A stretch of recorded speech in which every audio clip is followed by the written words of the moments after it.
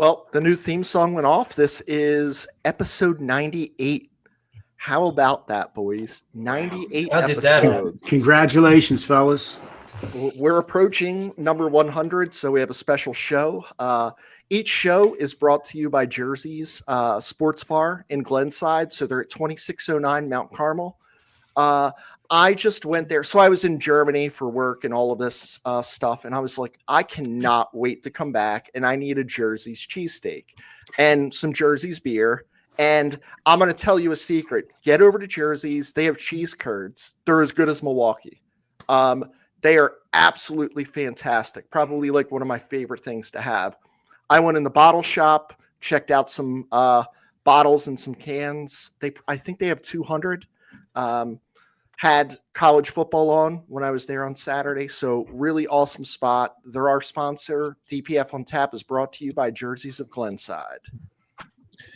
Hey guys, if you're ever over in the Maple Shade area, just right over the bridge, you got to check out Dr. Brewlittle's. Dr. Brewlittle's, really cool little spot. They're totally pet friendly. You can bring your own food down. There's a good pizza place like a block and a half down and some food right next door. But today I got the Stash Strong Double IPA. It's an 8% kind of show, I think. So Dr. Brulittle, check them out. Give them some love. Nice. I got Well Crafted. I'm drinking their Blonde Americano, which is fantastic. It's pumpkin flavored. I'm kind of in the fall mood tonight, so I went with the pumpkin. They have 2 locations in Ambler and Lansdale. Both spots are really awesome. They got great beers. Check them out. And then I'm going to plug another beer, Conshohocken, another pumpkin one. They're Nightmare on East Elm Street. It's another pumpkin beer. I'm kind of going with a theme tonight. We were just there Monday. Some of the guys, we had a great time, some great beers. They have 3 locations. We were at Puddler's Kitchen in Bridgeport. Had a great time. The staff there was awesome. So check get yourself some Conshohocken. Still have some Ring the Bell left from what Andrew told us. So get some Ring the Bell before it's gone. But it was awesome. So I'm going to jump in, fellas. It's kind of a standard thing everybody does this time of year, kind of a stay or go for Phillies players. So I kind of left off the guys that are going to be free agents because we'll talk about them in a later segment. So I just want to run through real quick. We'll do kind of a rapid fire. Go. As I say the name. Go. We'll go around the horn. I'll throw out mine first. You give me yours. We don't need any opinion. Just stay or go. So let's start with, I'm going alphabetical order. Alec Boehm. I have him as a go. Go. Go. Go. Go. Nick Castellanos. Go. Go. Go. Go. Here's one that's very popular today. Bryce Harper. I have him as a stay. Go. Stay. Stay. I'll say stay. Otto Kemp is a stay. Stay. Stay. Stay. Rafael Marchand, I have as a stay. Stay. Go. Go. Brandon Marsh, I am kind of bullish on him. I'm also a go on him. Go. I'm a stay. That's purely marital pick, though. Johan Rojas, I have him as a go. Go. He's also a go. Get out of here. Edmundo Sosa is a stay for me. Stay. Stay. Bryson Stott. This Go. one's a tough one. I'm kind of a go. I'm a go. Go. on him also. Garrett Stubbs, go. Go. Go. Stay. I got the jersey. He's got to stay. The jersey's going to work for you no matter what. Right. You're safe. I am a me fan. Trey Turner, I got him as a stay. Stay. Stay. Stay. And the last position player I have is Weston Wilson. I have him as a go. Go. Go. So we're pretty much in agreement there on everybody. We Yep. don't have a team left, but It's pretty comical. but it's Everybody pretty- goes. so now let's go handful of pitchers here. Jose Alvarado. I have him as a Go. stay. Go. I'll go stay.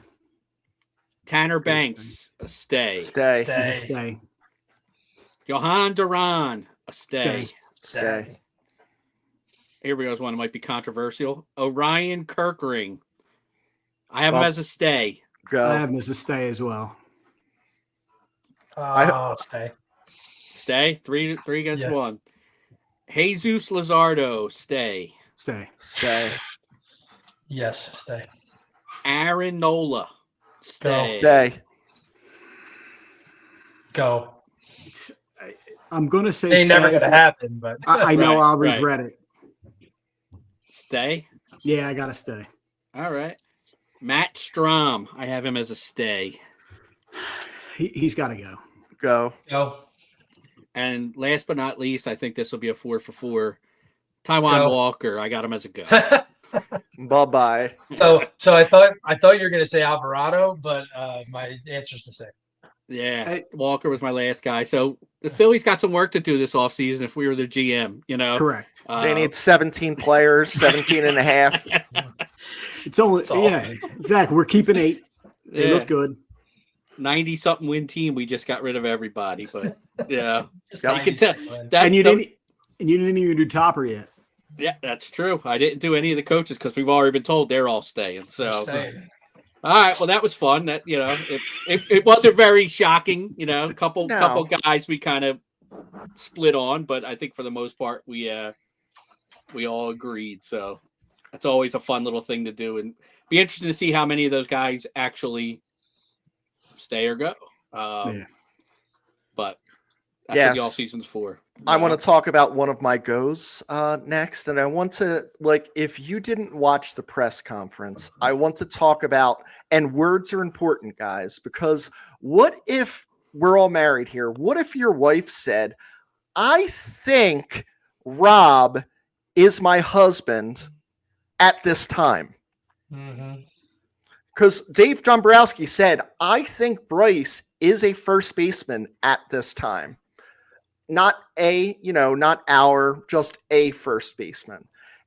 He further went on to say he's an all-star caliber player. He did not have an elite season as he had in the past. And I guess we'll find out if he becomes elite or if he continues to be good. Now, I could see this in a bunch of ways. I think Harper is the type of player that is not motivated by people talking him down. I think he wants to be stroked. And his stroking is non-GMO products in the area and a higher contract. Ever since that non-contract thing. And the other thing, guys, like, I know he had a decent season. I know he was 11th in OPS. To say he was a Gold Glove caliber first baseman, he could not move to his right at all. Right. He constantly fucked it up. That's not a Gold Glove caliber first baseman. I digress with this, but here's my problem with Bryce. If you don't want to be here, don't be here. You have a no trade clause. Say you want out. Because as far as I've seen, 2022 on this date was the highest he's ever been. And since then, it's just went down below what it was prior to 2022 during the season, and it's leveled off. It's still good. But is it 100? Oh, I think you muted yourself, Chris. You're still muted. Lost you. I don't know what happened. It's showing your mic is showing muted. Pull out of the. Yeah, there you go. You're in. I was like moving my hand. Yeah. Sorry about that. There you go. I think it takes zero talent to hustle, and we have only seen stupid hustle from him. And what I mean by stupid hustle is like, it's not a double, but he's like, oh, I want to make something happen. Now, I'm already going to play the other side of it. Well, what do we expect from Bryce? He doesn't have a right-handed batter to bat fourth behind him. Well, you know what? A right-handed batter behind you does not mean that you have to swing at balls. It does not mean that you don't know how to hit a curveball anymore. We all knew that you're getting 90 or 70% curveballs. The guy just didn't have a great season. And I think Bryce can only hit a fastball. I do not think he's capable of hitting any other pitch right now.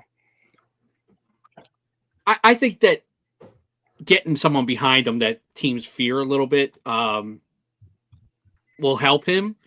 He won't have to be Superman. Because, I mean, if you look at that lineup after him in the playoffs, I mean, who were you afraid of in that lineup to do any serious damage? You know, there was nobody there. Marsh, Castellanos, and Bohm, and Stott, and, you know, JT, you know, but he's not really a power hitter, you know, anymore. He swung about as good as anybody in the playoffs, though. So I do think having some, like, a legit 4-hitter with power behind him will help. But I agree. He chased a lot of pitches. I don't know if he was trying to be Superman and do too much, be the hero. I want to see him go back to that 2-strike approach that he used to use, because he still hit for power when he went no stride, and it seemed to keep him more on balance. He didn't chase as much. I think he saw the ball more. It was, you know, deeper in the count. And I like to see him be more patient. I mean, I think in the playoffs, he swung first pitch almost 100% of his at-bats, you know, no matter what happened before him. You could have walked Schwarber on 4 pitches. He was up there swinging first pitch, no matter, and breaking balls. He was chasing, you know, first pitch. I don't know if it was this, I'm having a down year, I want to try and hit a 10-run home run and put us ahead. And he was wearing that on his shoulders the entire playoffs. But he's got to figure it out, because I don't think he's going anywhere unless he asks for it, unless he says, I need to be out. I don't think the Phillies are going to, you know, decide on their own to say, we're not keeping Bryce Harper. I don't think it's impossible that he's out of here, guys.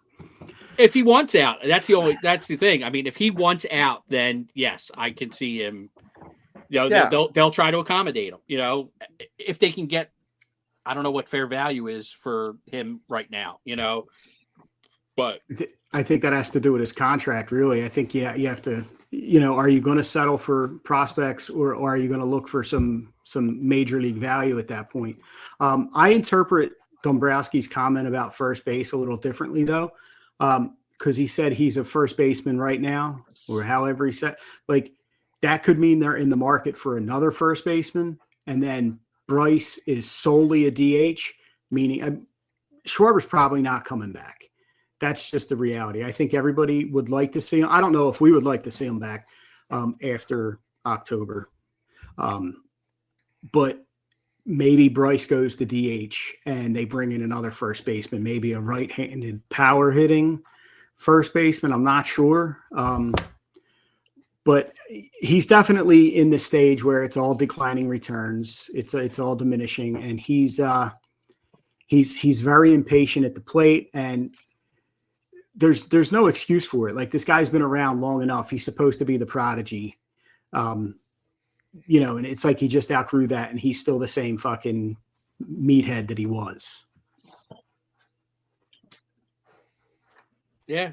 I mean, I think that might benefit him too, just being an everyday DH from a physical standpoint. You know, the wear and tear of playing 9 innings in the field, and, you know, diving for balls, and, you know, doing all that shit that, you know, that you do defensively. I mean, but we'll see. You know, I don't see him going back out into the outfield. I think it's either first base or DH. Right. I want to call out. So Chris is from Philly podcast. You know, you didn't have to put the first 3 words there. Even suggesting Rice already knows you're a psychopath with that. And you can't wait to bitch for 162 games. I want to bitch for many more than that. You know, I want to still, like, I want us to be, like, ready to sweep and still bitching. But Chris, we love that you tune in. I'm glad we're able to repair our relationship, and Philly podcast is awesome. 4 years, 120 for Schwarber, Harry says. That's what he. Yeah, I don't think the Phillies go more than 4. I kind of agree with that, and we'll talk about that a little bit later. We can address this later then too. So I wanted to talk just kind of retrospectively about some things that went well with this team this year and some things that didn't. So I'm just going to buzz through the things that I kind of, you know, marinated on over the last couple of weeks. So went what went right, and then we can comment on those, and then I'll do the what went wrong. So we'll end on a negative and maybe be hollering at each I other. marinated on some of these over the last few weeks. Exactly. So, hey, second straight NL East championship. Like, not easy to win the NL East. So 2 in a row. That's pretty big deal. 96 wins. That's a pretty big deal. We won the East on 9-16. Some could argue that that's a little too early and we lost a little focus, but that's pretty good. Home field advantage with the number 2 seed. Schwarber, 56 homers, 2 off of Ryan Howard's all-time franchise record, and led Major League Baseball with 132 RBIs. Pitching staff was a strength. Clearly, Wheeler before the injury. Sanchez was very consistent all year, and Ranger had his hiccups, but mostly consistent. Overcame injuries. Wheel and Noller, Bohm, Bryce, Marsh, Turner, Sosa. I probably missed 1 or 2. We also overcame Ozempic boys' 80-game suspension. We had role players step up like Otto, Weston Wilson, Sosa, and Banks. And we added Duran and Bader at the deadline. So all in all, some real positives this year. Thoughts on all those, guys? Mike, I don't know if you're on the right page or not, or right podcast. That was a little too many positive comments about the Phillies. We're going to get dinged somewhere. Don't worry. I'm getting to the other side. Yeah. Good. Very, very good. Winning the East is a big deal. I'm not looking forward to opening day and them handing out that stupid fucking flag. I got the 2024 one hanging behind me. Mine's over there. Just a reminder to be pissed off every time I come down this basement, Right. That's kind of how I feel about all the positives. It's like that's all well and good, but it still fell short. And that's the thing that bothers me the most. Is that Jake? I just want to tell Jake it's one longer than the positive, the negative. I mean, I think the biggest positive this year was the pitching. I mean, it was clear that the pitching was the reason that we stayed. We were able to play those games with the Dodgers. We were in every game because of how good our starting pitching was and the way they kind of held down Ohtani, and Freeman didn't do much. The difference in that series was the role guys, the Kike Hernandez's and the Pajes and their role guys got the hits, even if it was just a jam job to Turner that forced him to make a play at the plate. They put the ball in play and they made things happen. Where Kirkering, their role guy Kirkering throwing it over the catcher's head. Yeah. Small things. I mean, Exactly. I also think in the playoffs, Topper cannot just manage the same way he did through the regular season. You saw the Dodgers use all those starters out of the bullpen, even put in, Sasaki as his closer, where Topper just kept going, all right, we're going to bring in Strom here. We're bringing Kirkring here.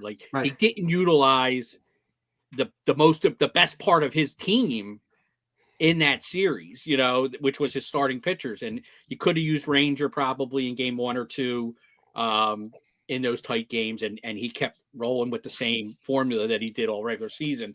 And I think that the playoffs are a different animal. And, but the pitching is definitely the one thing I take out of this year is that, and especially Nola's last couple starts, he looked a little bit like old Nola, even though it was only 2 innings against the Dodgers. I thought he looked pretty strong.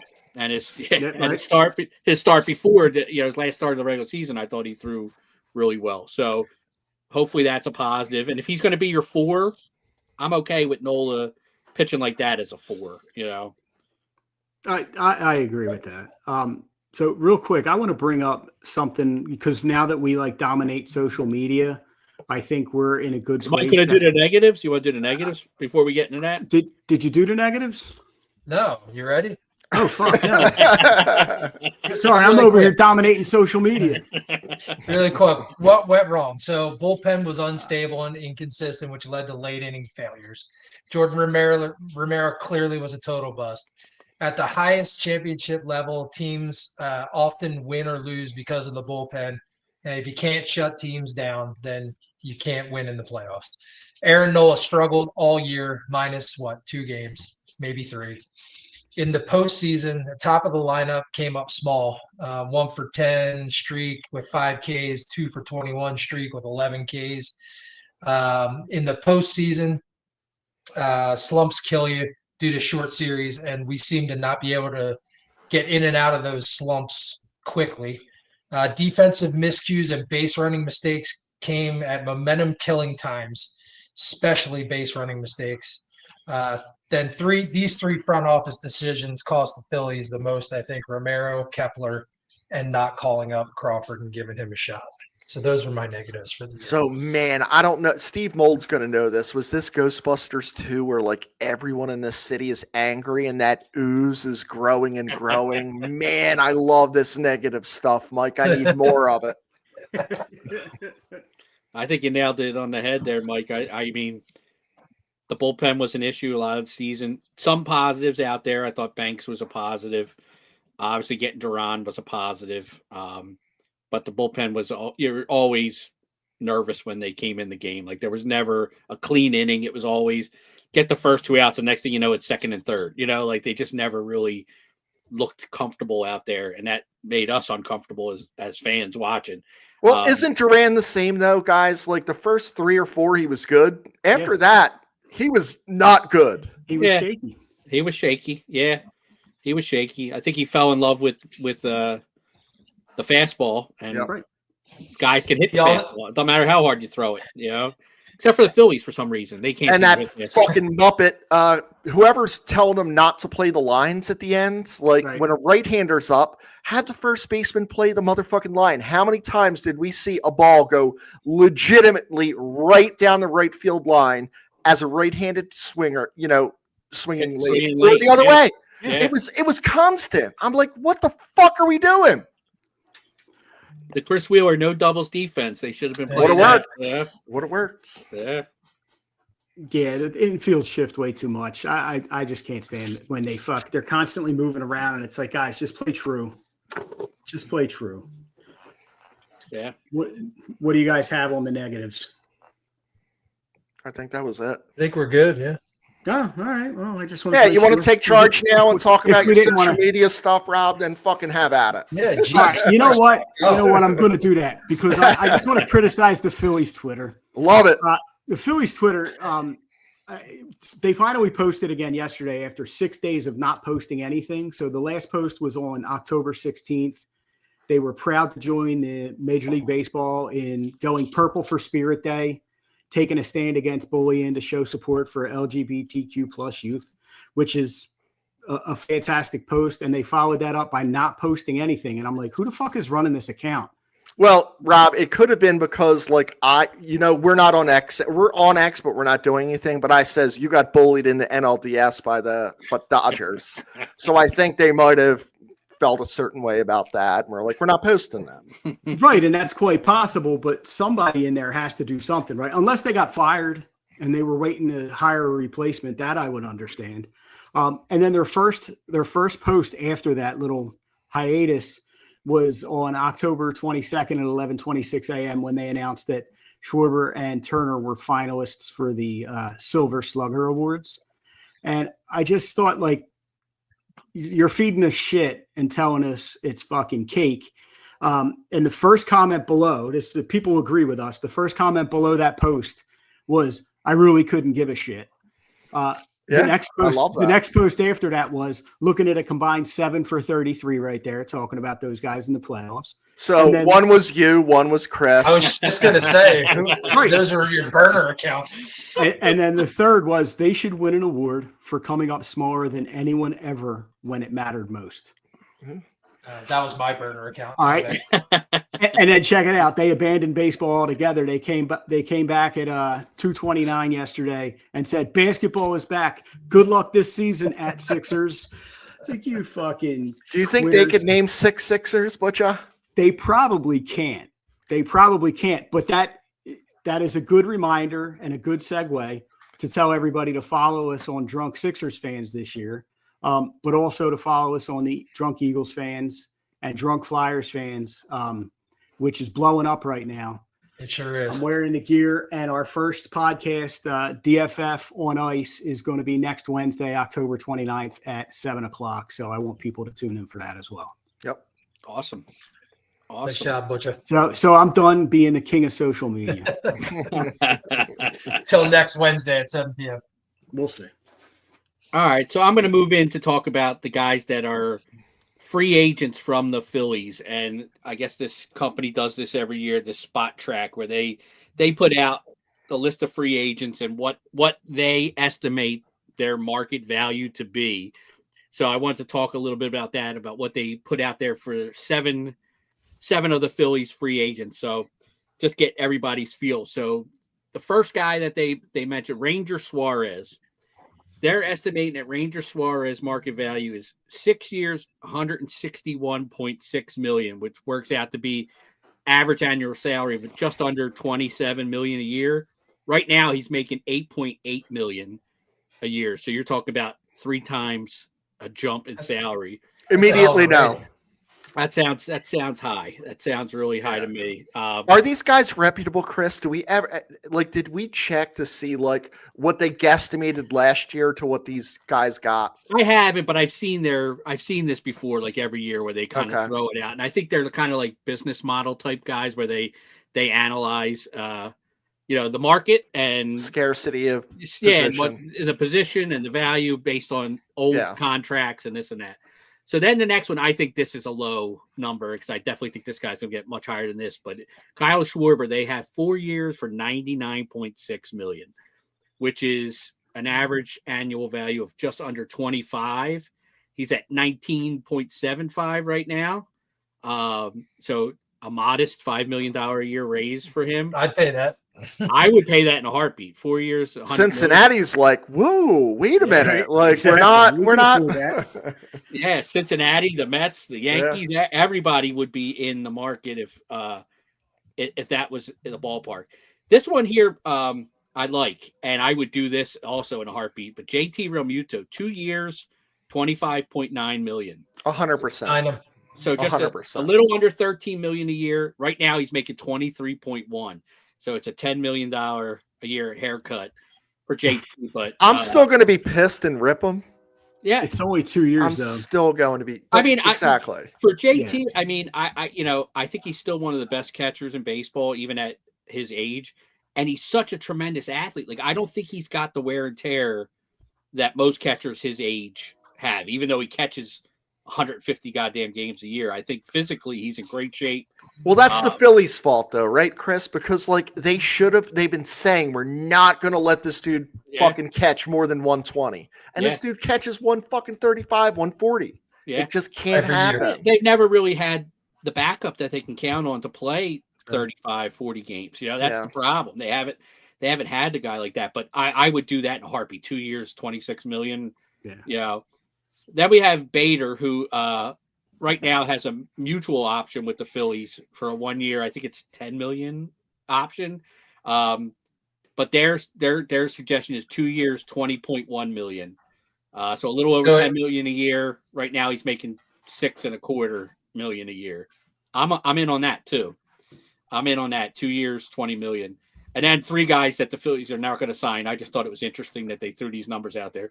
Kepler, 1 year, $7.6 million, down from $10 million this year with the Phillies. Robertson, 1 year, $6.3 million. He was making, I know it's prorated, but his salary was $15.9 this year with the Phillies, prorated. Jesus Christ. And then everybody's favorite, Jordan Romano, 1 year, $2.8 million, down still from too much. 8.5. 2.75 million too much. But I think on this, I mean, obviously the numbers, if you could get Schwarber at 4 years, 99, I'm doing that. JT, Bader, I'd do those 3. I might have to wiggle Ranger down a little bit, but Ranger's a guy that I want back just because I think pitching is the key to the Phillies being competitive against the Dodgers. And I think that's really the team you have to try and measure yourself against is the Dodgers. They're the best team right now, and they're going to be for the foreseeable future. And our pitching was able to hold them down. I mean, if you look, you got Sanchez, Luzardo, Nola, Wheeler, they're talking about him coming back in the end of May. And Suarez, I mean, is there a better 5 than that right there? Like, I don't think there's a better 5. So I wanted to bring back pitching if I'm the Phillies, and I would not pay 161 for Ranger just because of the injuries that he's had. He never seems to start the season on time, and he does have those lulls second half where he struggles a little bit.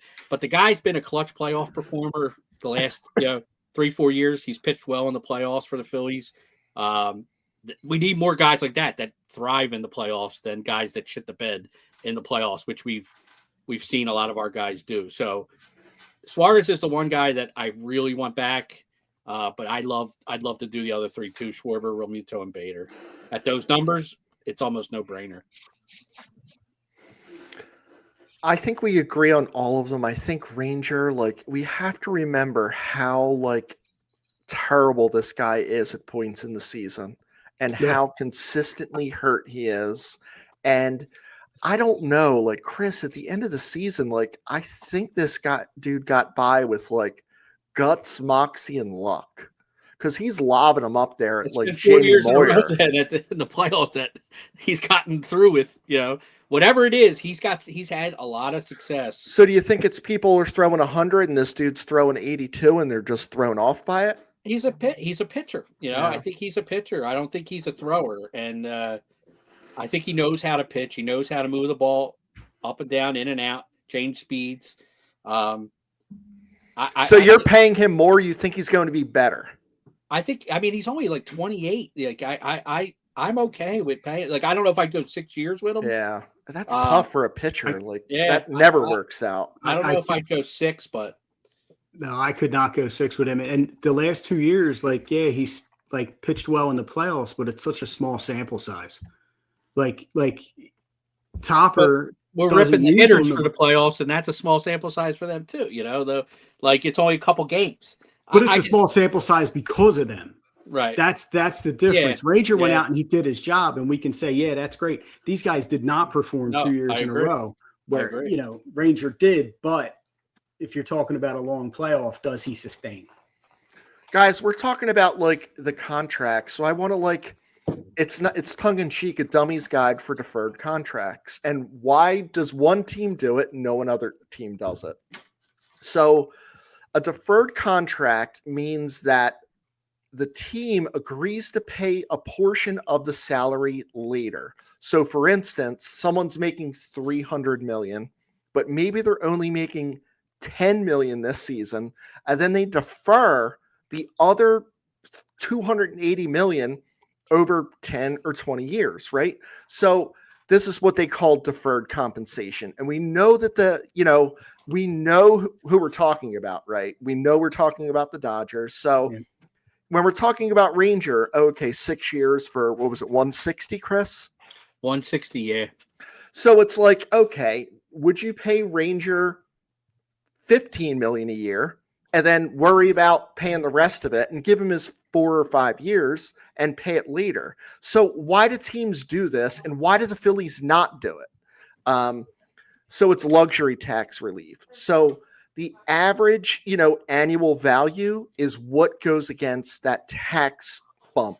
So that's why, someone like Ohtani can get a little bit of money and then he's front loaded, but it's not costing them as far as luxury tax. So they're in true reality, they're at $570 million a year, but they're not, because they're like, you can just take a little portion of this. At what point does that catch up to them, though? Like, is there a point where now they're going to be over the tax and Ohtani's going to be done playing? Like, they're going to be paying them. So supposedly how this has to work is, if they're doing this deferred contract, they have to put the money in an account. So they can't just say, oh, we're going to pay you $500 million later. And, you're making $10 million this year, but when we divide it by the 10 years, it's 50. They have to put that $45 million in an account. So that $45 million in an account makes money for 20 years. Jesus. So that's the rule. I don't know how to like look this up, and it's like, are they doing that? But that's the rule. So it's putting 45 million in a 401k for 20 years. They're making their fucking money back. No shit. In 20 years, they're doubling it. So they're like, fuck yeah, we got a bunch of rings, and we just paid this guy with his own fucking money. And the next guy who's getting posted, I just read about Morimoto or whatever his name is, who's 26 years old, has hit 269 homers in 4 or 5 years. They'll sign him because he'll want to go where Ohtani is, and they'll just kick it the bucket down the road the same way they're doing with Ohtani. Guys, when you hear what the deferred contracts are, because I'm going to tell you right now. So Shohei, 10 years, 700 million, 680 million deferred. That's one guy. Mookie, 12 years, 365 million. Significant deferrals. They're not kind of saying. When I looked it up, it's believed to be somewhere in the range of 320 million deferred for Shohei. Freddie Freeman, 6 years, 162 with 110 million deferred money. So, like, why wouldn't they do it? It's just an accounting tool for the team, right? It is. If they have to put the money there, they're going to get the money back in 10, 15, 20 years. Yep. It's a retirement guarantee for the players. And it's a tax saving maneuver. So why are they the only team that does it? Well, the reason why is, are you going to get anyone to come to the Phillies and say, oh, we'll pay you 10 million this year? We haven't won anything. LA's like, we're in the NLCS every fucking year. Yeah. We can guarantee you a ring. We can almost guarantee you some type of ring. So like, there's that part of it, right? I find it difficult. And, you know, this isn't the Benea shit. Like, that was just stupid, you know, because that's another one that's like deferred money. So he gets 1.19 million every July 1st until 2035 still. But man, when 3 of their guys and 3 super important guys are getting deferred that much, Shohei's making fucking, you know, like, if you think about it, he's 680 million deferred. So he's making $2 million a year on the luxury tax threshold on the books. Now the Dodgers have to put 68 million in some bank. Right. But shit. Yeah. Well, I think if you do it for one player, just hearing you describe it, no, I think if you do it for one, you have to, you can't just do it for one, because what's the payoff? You just have Shohei. You have to do it for Betts. You have to do it for Freeman, because if I you're think they going to do also that, have it with Will Smith has it deferred. Teoscar Hernandez is deferred. I think they have like 6 or 7 guys that have. Yes, it's just not as big as these. So I just picked the larger ones, but it's the whole fucking team. Yeah, but you're stacking your roster. You're absolutely stacking your roster. So if like the Phillies go out and do it, they're going to have to find, you know, 3 or 4 players, plus everybody else is going to have to get on that program too. Like the Dodgers have all their role players, but you still have to bring in those 2 or 3 big fish. I mean, Shoei's getting tons of money from New Balance. I'm sure, like, there's Japanese things we have FanDuel, we have no idea about. But like, Bryce, what the fuck is Bryce going to get? You know what I mean? They're like, oh, like, hey, there's this, like, you know, coffee house. Well, yeah. There's a kale farmer in North California. He can. They pay big. I think that's the biggest thing is what you said. You have to convince these players to accept that with some. You have to have a, you know, something behind it, something to lure them. You know, like I'm thinking of like Kyle Tucker being a free agent this year. Like he's already got a couple World Series. Yep. Is he going to be willing to defer money, or is he going to say no? I want my money now. I've already won 2 rings or whatever the hell he's won. You know, like are they that important to him now? World Series rings or is it getting paid because he's going to get his biggest contract? You know, that's going to take him probably through the rest of his career. So I mean, take it backwards. Like think about this. Like, what if we told our wives, we're not making that much money this year, but I could get something that's really important to me? Are they going to be okay with that? Is that a tough sell to family? Not if you're telling them down the line. Generational wealth is a good sell. I don't know if I'm going to be I don't know if I'm going to be alive in 20 years or 10 years. So, like, I don't know. Do they get that fucking money no matter what? That has to then be. Then Renee would be like, "Oh, I'm 100% in on that." Right. Alive or dead? As a matter of fact, take it. Could buy a lot of poison. I mean, I didn't say that. The Phillies need to get Howie Roseman over there to figure out how to cook the books and get some guys in. You know, because there is a team doing that, right? Yeah, in Philly. Yeah. Needs crash course. Look at that. There we go. We were thinking the same way, Mike. Yep. Yeah. So, I mean, as frustrating as deferred contracts are, I think we're all frustrated with the news that we're running back the entire coaching staff, right? So, Jake, you'll be happy to know that I'm going to say a little bit more negative here. I think if we're going to have the same players, then we need to have some sort of different leadership. But we know Topper's coming back and everybody's coming back, right? So think about this season. We talked about so many decisions that Topper made that were suspect at best. And when it came down to crunch time in the playoffs, same thing. I can think of pitching moves, the bunt, all kinds of stuff. The hitting approach, right? So Kevin Long, inability to work through the slumps. We talked about that a little bit ago. You know, usually you'll have a hitting coach that can help these guys to work through these things in, let's call it, a week or two. And it seemed like some of our guys, it took months, if not multiple months. Base running all year long. We would joke about it. Paco's telling them to go. Well, like, how come we don't make a change there? Some stretches of defensive ineptitude and lack of perceived baseball knowledge on fundamental execution of baseball plays. Chris talked about it a little bit ago. When you're clearly have a single and you try to, stretch it into a double and get thrown out, it kills momentum. Now I'm getting pissed off, Mike. Now I'm getting man, let's go. Good. So, and what is the message that it sends to the fan base, right? Especially after a disappointing early exit again in the playoffs. So I just wanted to throw it out there. Those are kind of my thoughts on, if we're going to run back the mostly same team, do we need some different leadership? And we've talked about a few guys like Bochy or something like that, but what are your guys' thoughts on that? Mike, I'm going to go higher than that. Dombrowski should have gotten a right-hand power bat to protect Bryce. He hasn't done it. 22, 23, 24, 25. And then he brings in a fucking left-handed outfielder. Like, the most idiotic move. And, like, he's stubborn about it. Like, this dude's an old fuck that doesn't want to admit he's wrong. So, like, yep. I think there's part of that. Now, guys, did Mike Calitri not leave? Is that true? He did not leave.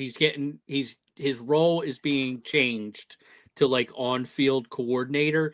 So they are looking to hire a bench coach. And what I'm hoping is they bring some, like, Calitri was not a manager at in the major leagues. No. So I'm hoping that the Phillies do make a move where they bring in a former manager and somebody that may butt heads a little bit with Topper on some of these decisions and argue them, say, like, no, this is not the time. Now you got to get him out. Now this is the guy you want to bring in here. Like somebody who has been in the fire and had to make those kinds of decisions. Chris, we want someone who's making the decisions, and we want Topper to be like handling the guys. I'm with that too. Right? And that's okay. Yeah. That's good. I feel like, Mike, with the coaching stuff, that when is Kevin Long? Kevin Long, Philly Fan Zone said that he's signed for 3 more years. So check out Philly Fan Zone. Do they right get on top 3-year contracts? Pitch Yeah. coach Jesus Christ. Yeah, it's like crazy. Are we going to change Bryce's approach? I don't know if you change it, but do you give him kind of what Dugan said? Hey, let's try no stride for, I don't know, 2 or 3 games and see how if you come out of it, but clearly he didn't do that. So I don't know, something. Well, right? do you guys like, and this is like, to me, this is not coaching as much as like, I feel this team lacks leadership. Well, Yeah. Who's the leader on the team? We always hear it Schwarber. They would say Schwarber, Schwarber, yeah. We always Right. hear it Real Schwarber. Utah. And why isn't Schwarber yelling at Bryce? Stop swinging at that, because he's fucking swinging at it too. How can you tell him not to do something you're doing yourself? You know what I mean? Like, so there is definitely a leadership vacuum there. I feel like that's been a problem. And who was the last leader with the Phillies? Darren? I was just gonna say Darren a real Dahl. leader? We were going that far back. No, Chase. Jimmy Jimmy- Rollins? Hey, Jimmy was a leader. Utley, Jimmy. But was he really though? Was he like a vocal leader? Or was he like, hey, I play hard? I think Jimmy was. I mean, I don't sometimes- know. No, if Chase was. Jimmy got benched a bunch of times. Yeah. I think you lead. true. You pulled your cord out again, Chris. Leading by example, you're still out. Leading by example sometimes is a great way to lead. You don't always need to be vocal. Yep. If and you kind of shame guys into hustling if you're constantly hustling. Like, oh my God, this guy's. I thought Utley was over the top. Sometimes I thought he dove for balls that he had no shot to get. Like, okay, we don't need you to be Superman. And hurt yourself diving for a ball you have no shot to get. But I agree. I don't know if there's any leadership. I do think I don't know what the approach is of our hitters. Like I think Turner got the message this year to be more of a contact hitter, and we saw that. He had a ton of infield hits. Power was down a little bit because he was not focused on driving the ball as much as just putting the ball in play. He had a lot of little flares over the infield, but what happened? He would have had 200 hits had he stayed healthy. Yeah. He wins the batting title. So I think guys can change their approach. It's up to the hitter to do it. Like, you have to want to do it. I agree. And I want a team with 6 guys who can get on base, whether it's singles or doubles. And I want 3 power hitters. That's what I want. Yeah. Makes sense. Do we have that? Is that what we're kind of getting at? Right. But, we're like, I don't know, Bohm. Like, why do we hate Bohm? Because he is that, right? He's not a power hitter. Because he's a mopey Eeyore motherfucker. That's why. That's it. Well, Plus because he plays a position that you expect power from. Yeah. Exactly. Base. And he's almost a giant, and he fucking, like, I think his deepest ball in the playoffs was like a warning track shot. It's like, come on, dude, fucking put a ball out of the park. You want power from either right or left and third and first, right? Yeah. Right. Yeah. Yeah. Yeah. I mean, maybe that's old school way of thinking now, but I don't know. But that's always the way I thought about your corners or your power, infield and outfield. If you get anything power wise from your middle, center, Cool. second, short, that's a bonus, and your catcher maybe pops 10 or 15. We'll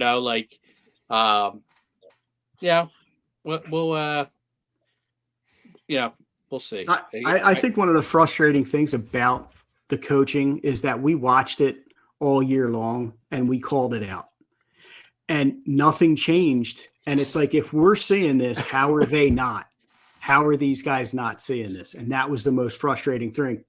Chris, you said all the time, has Caleb Cotham ever walked out to the mound? And this is with a great staff. Has he ever gone out and like said the magic words that got his pitcher to turn around? And like, has he ever done that? Has he ever has a mound visit ever fucking really like worked? I don't know the answer to that, but he hasn't made them regress. And there's some hitters that have regressed. Yeah. Absolutely. Yeah, I'm mad at everyone except for Caleb Cotham. Okay. Well, that's growth. That's to be honest. Every other one, I like Dusty Wathan. I hate his guts. Paco. Hate him. All of them. Yeah. Mike Calitri, what a fucking muppet. just sitting there on a fucking iPad playing fucking Tetris or like he's still playing Cash and Farmville. Cash and checks. All right. I hope Jake liked my negativity. I got 2 trivia questions, so I'm going to go with the more challenging one first. So, Toronto's third baseman, Addison Barger, I think is how you say his name. He had 21 homers this year. He's a rookie.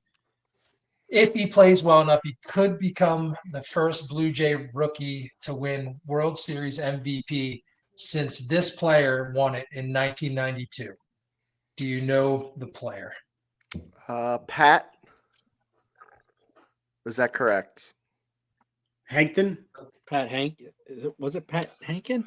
I can see the guy's face, but it's like, yeah, it's like, Pat, I know it's Pat. It's Pat. Can we get his last name? Is it an H? Because everyone's going with the H. Oh, shit. Sorry. Like this kind of pause. Yes. No. Okay. B. No. Pat B. Oh, Borders. Borders. Borders? Pat Borders. You got it. Yeah. Oh, shit. You got it. Catcher, yeah. the I thought he catcher. was old. So I thought this was cool. So there's been 4 all time, 2 position players and 2 pitchers. So Pat Borders, the most recent one was Jeremy Pena in 22. He's a shortstop for the Astros. Yeah, I remember 22. I remember that guy. And then it was 97 was Levon Hernandez, pitcher for the Marlins. Yep. Then it was Borders in 92. Then it was Larry Sherry in 1959, pitcher for the Dodgers. Wow. So I thought that was cool. That's cool. And then lastly, when was the last time the Blue Jays hosted a World Series game at the Rogers Center? Had to be Game 6, 1993. 93. Yeah. 91. Today. Oh, no shit. Fuck Joe Carter. Why did you have to do that? I was like trying to get over it. And I'm like, fuck that motherfucker. That shit happened 32 years ago today, and I'm not okay. God damn it. I'm not okay either. That's why I did that one second. Cheers. Fuck Well Joe done. Carter. Well Fuck done. Joe Fuck Carter. Joe Carter is right. All right, real quick, guys. It's the off season, and we don't have a ton to look forward to. So I was kind of looking ahead at some important dates, and we've got the winter meetings, and we've got pitchers and catchers reporting. But in between, we do have the Rule 5 draft.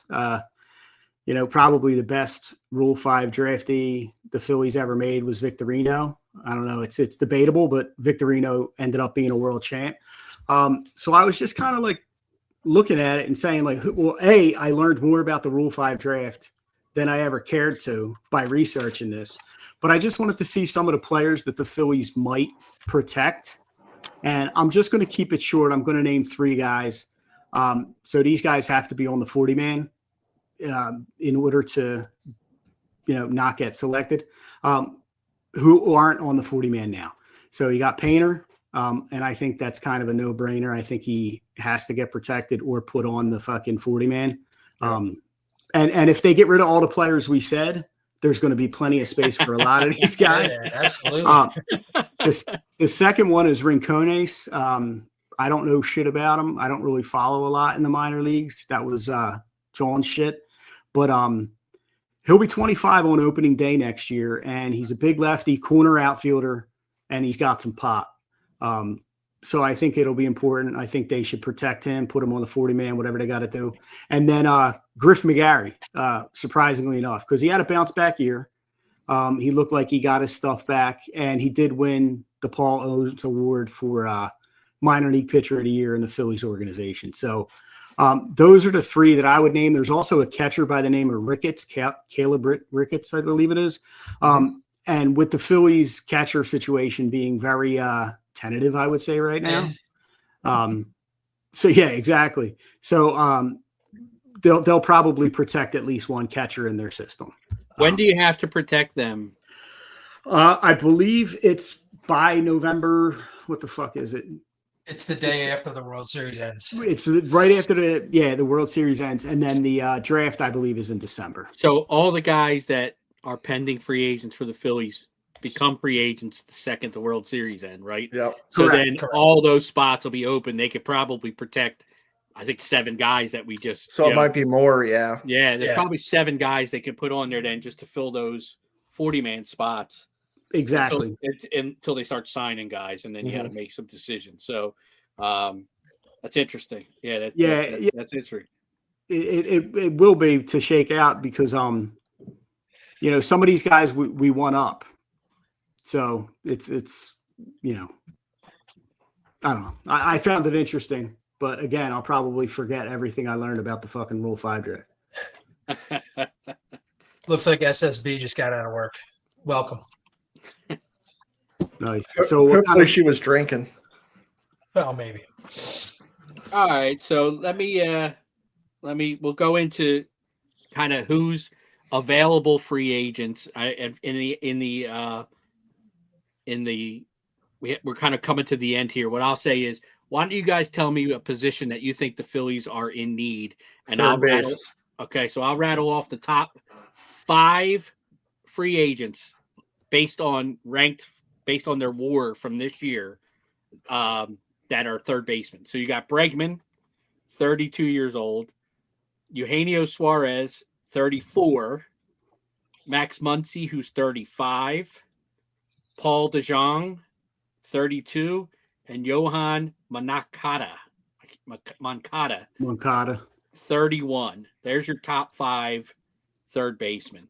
Bregman has an opt-out with the Red Sox or an opt-in. He has a 1-year player option with the Red Sox. So there's your top 5 third basemen.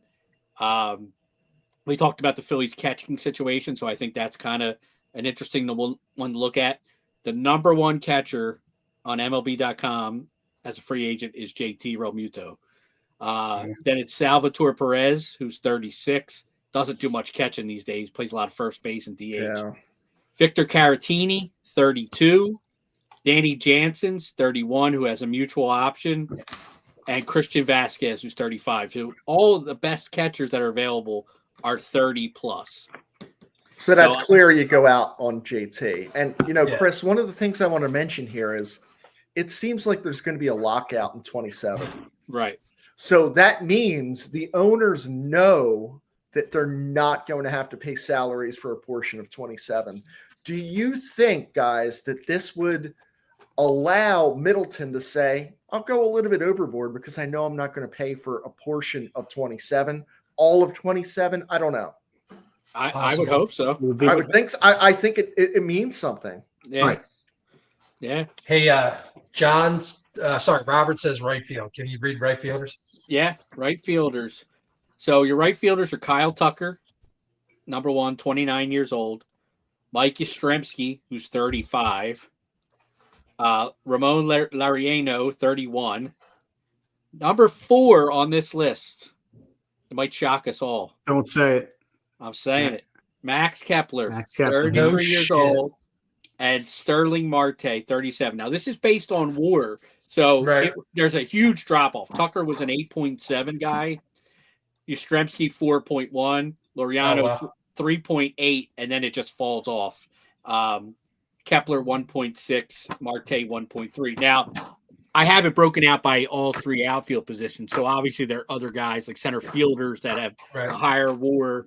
So, you had Bellinger, center fielder. Bader is the second highest at 4.4. Trent Grisham, Cedric Mullins, and Luis Robert Jr. are your top 5 center fielders. Left fielders are Lourdes Gurriel, shitty, 2.9. Rob Refsnyder, Tyler O'Neill, Miguel Andujar, and Austin Hayes are the top 5. Shut up. Christ. I'd rather have Joaquin Andujar. Seriously.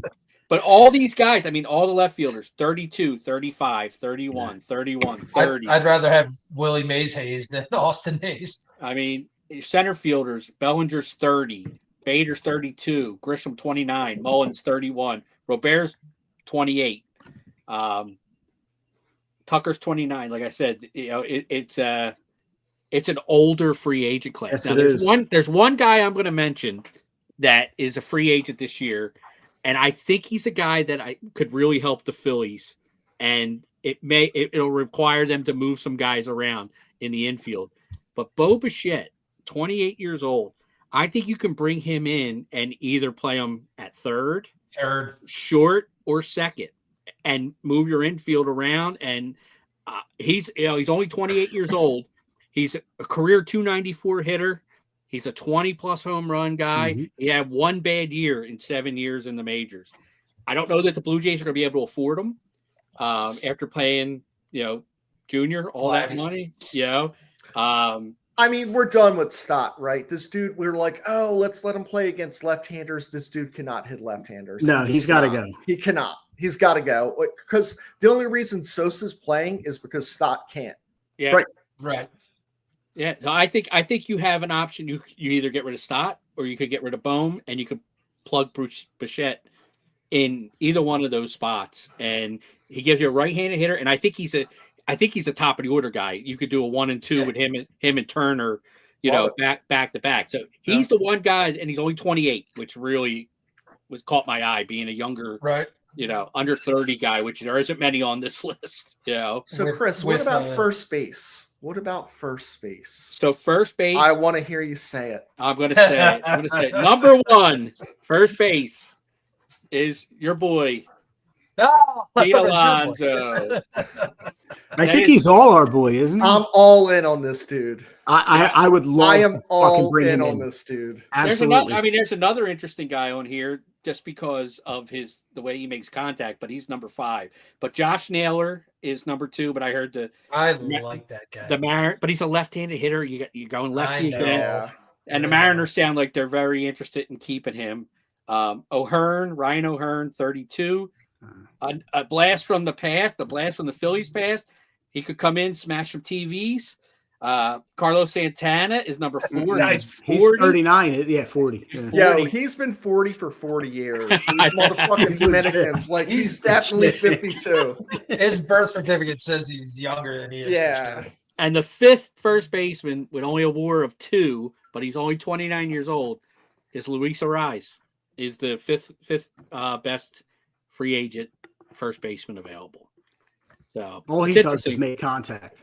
Yep. That's all that motherfucker does. Is he just? We don't need that positivity around here, Rob. Come on, Butcha. Well, I did call him a motherfucker, didn't I? Oh yeah, that's true.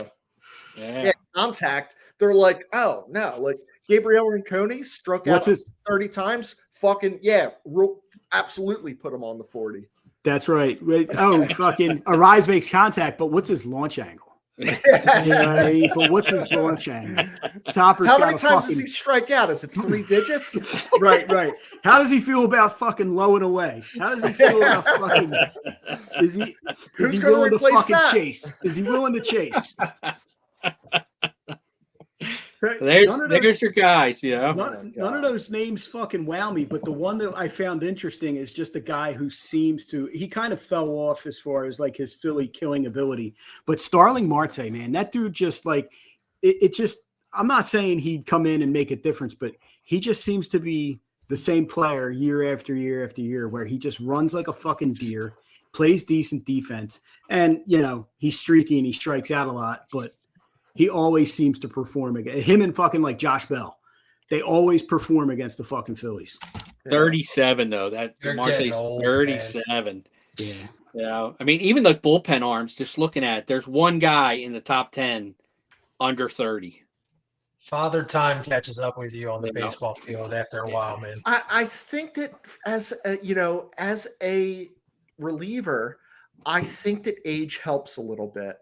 And I kind of take baseball relievers with goalkeepers in hockey and in soccer. There is literally no elite goalkeeper in soccer under 32. Yeah. None of them are under 32. They're all 32 to 38. It's so weird. So let me throw a name out there as a bounce back candidate. Would be someone that you guys are interested in. Had a shitty year this year. Really Hector bad. Neris? No, Devin Williams. He had a really bad year with the Yankees this year. But if you're not going to put him in a closer role and he'd take that Robertson role, a 7th inning guy, would you be comfortable with him? He's 31. I mean, he's on this list. He is number 6. I already have some T-shirt ideas calling him Black Romano. Well, Is Chapman on that list? He's not a free agent. No, I think he re-upped, right? he re-upped. Yeah. Did he?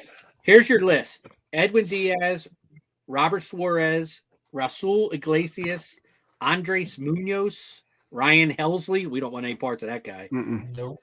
Devin Williams, Sean Armstrong, Kenley Jansen, old buddy Holby Milner, and Tyler Rogers. Andres Munoz is a fucking stud.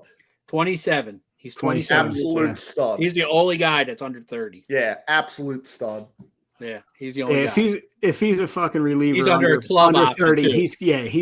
He's not going to be available. He's right-handed and he's in Seattle. So, but Chris, you mentioned Black Romano, and can we all? Sorry, I feel like that's like a rap name. Like that wasn't the punchline.